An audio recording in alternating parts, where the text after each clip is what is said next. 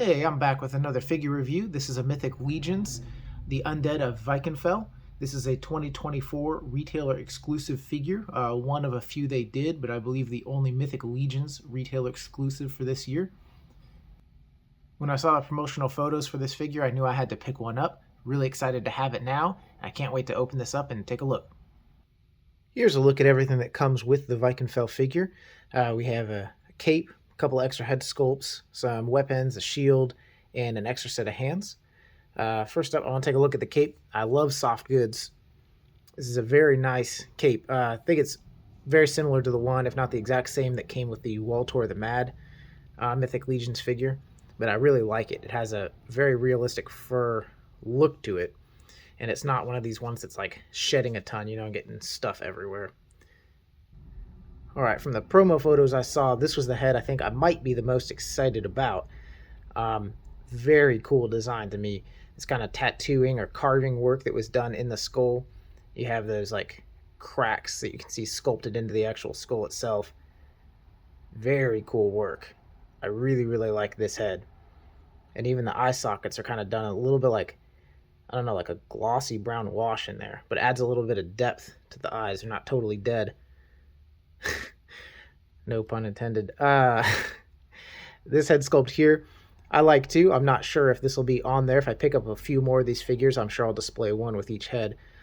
But we have these caps here that are removable, so the horns and other features, or other pieces that Mythic Legions makes, we can add in there.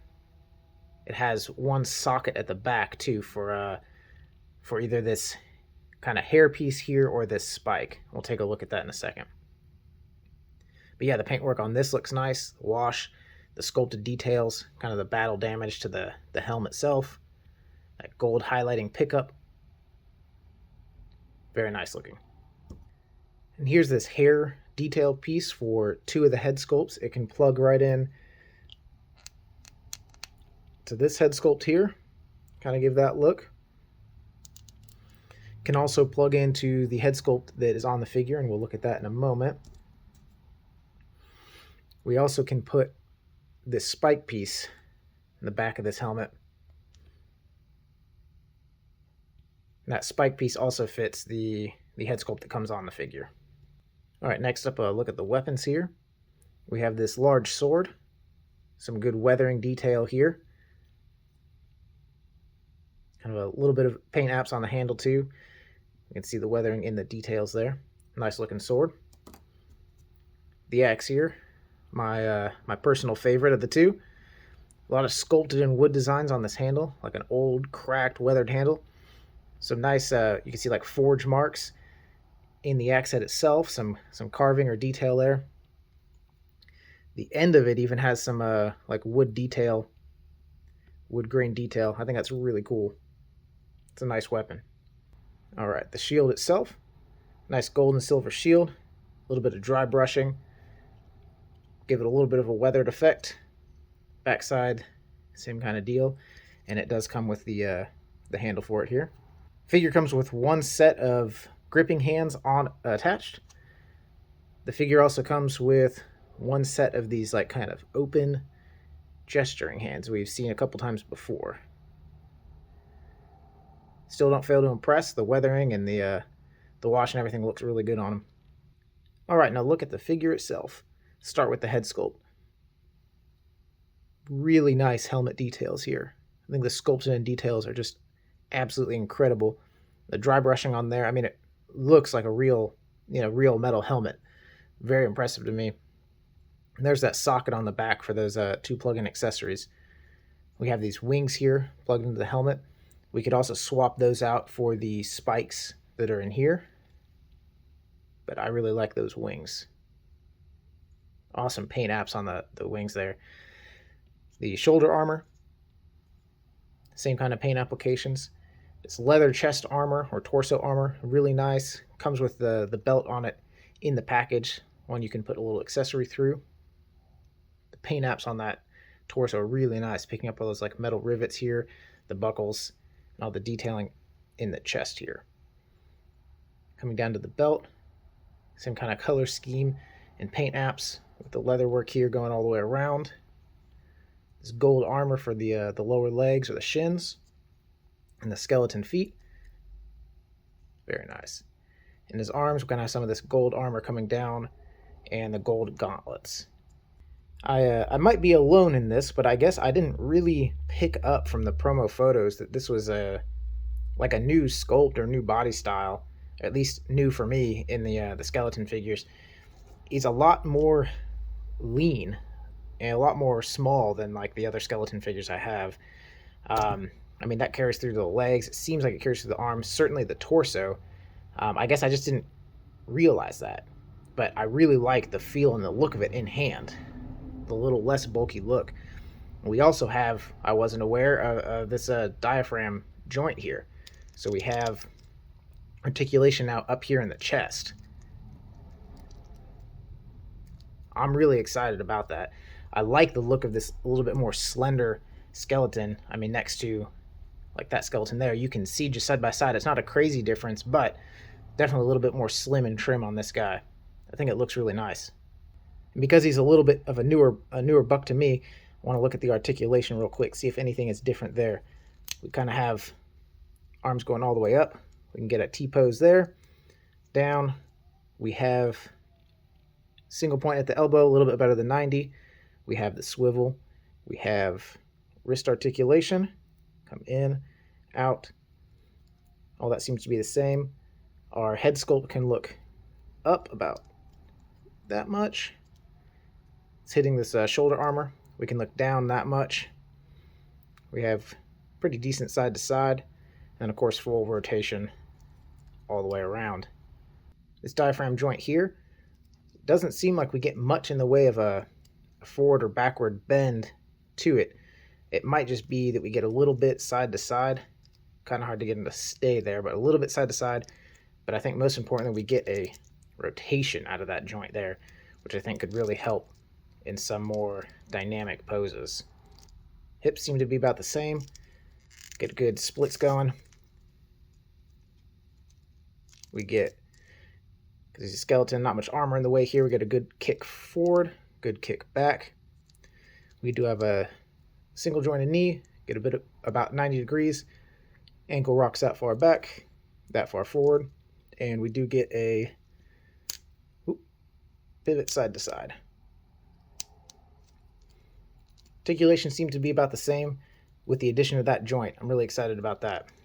All right, here's a first look at him all geared up. I put a shield in his hand, his axe. I added that plug-in accessory to the helmet and the cape. I think he looks amazing. I really think that this is probably how I'm going to display him. I like the cape. I like this head sculpt with the wings and with that kind of headdress piece in there. I like this kind of Nordic aesthetic to it, Viking feel to it. This axe and that helm really bring this character to life for me. Another look here with that left hand swapped out to that open gesturing hand. I replaced that headdress piece in the head sculpt with that spike and gave him his sword. I know it's just the one extra point of articulation with that diaphragm cut, but I feel like I can get more dynamic poses out of him. I don't know if the other parts of articulation are improved as well, or if it's in my head, or if it's really just that single point that makes a difference, but I feel like you can get him some good action poses. Here we have a look at him with the other head sculpt included. This is the carved head sculpt. I think it looks really, really cool. I don't know that I've seen a head sculpt like this before. Maybe the actual sculpt itself, but the paint apps with that carving in the bone, I really like that. I think it adds a really cool flavor to this specific character. Another look here with this last head sculpt in the package. You can also use the spike piece in this head sculpt as opposed to that kind of headdress piece. I think he looks really cool with either one of these head sculpts, honestly. This was my least favorite of the three head sculpts, although I really like it. But after playing with it and looking at it a little bit, I'm pretty torn between which one of these three I like the most. It's going to be a tough decision. What's actually a tough decision is maybe picking up a few more of these just so I can display them with each head. Really don't want to do that, but I very well may. This is a really, really cool figure. My favorite skeleton I have so far. All right, here's a look at him next to two of my other Mythic Legions skeletons I have.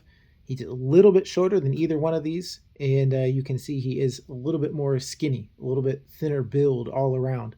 I thought maybe at first the legs and the arms might be the same, it's just the torso, but looking at him side by side, you can tell that all of his bones are kind of thinned out versus these other skeletons, which I said before I really actually enjoy. I like having a different look.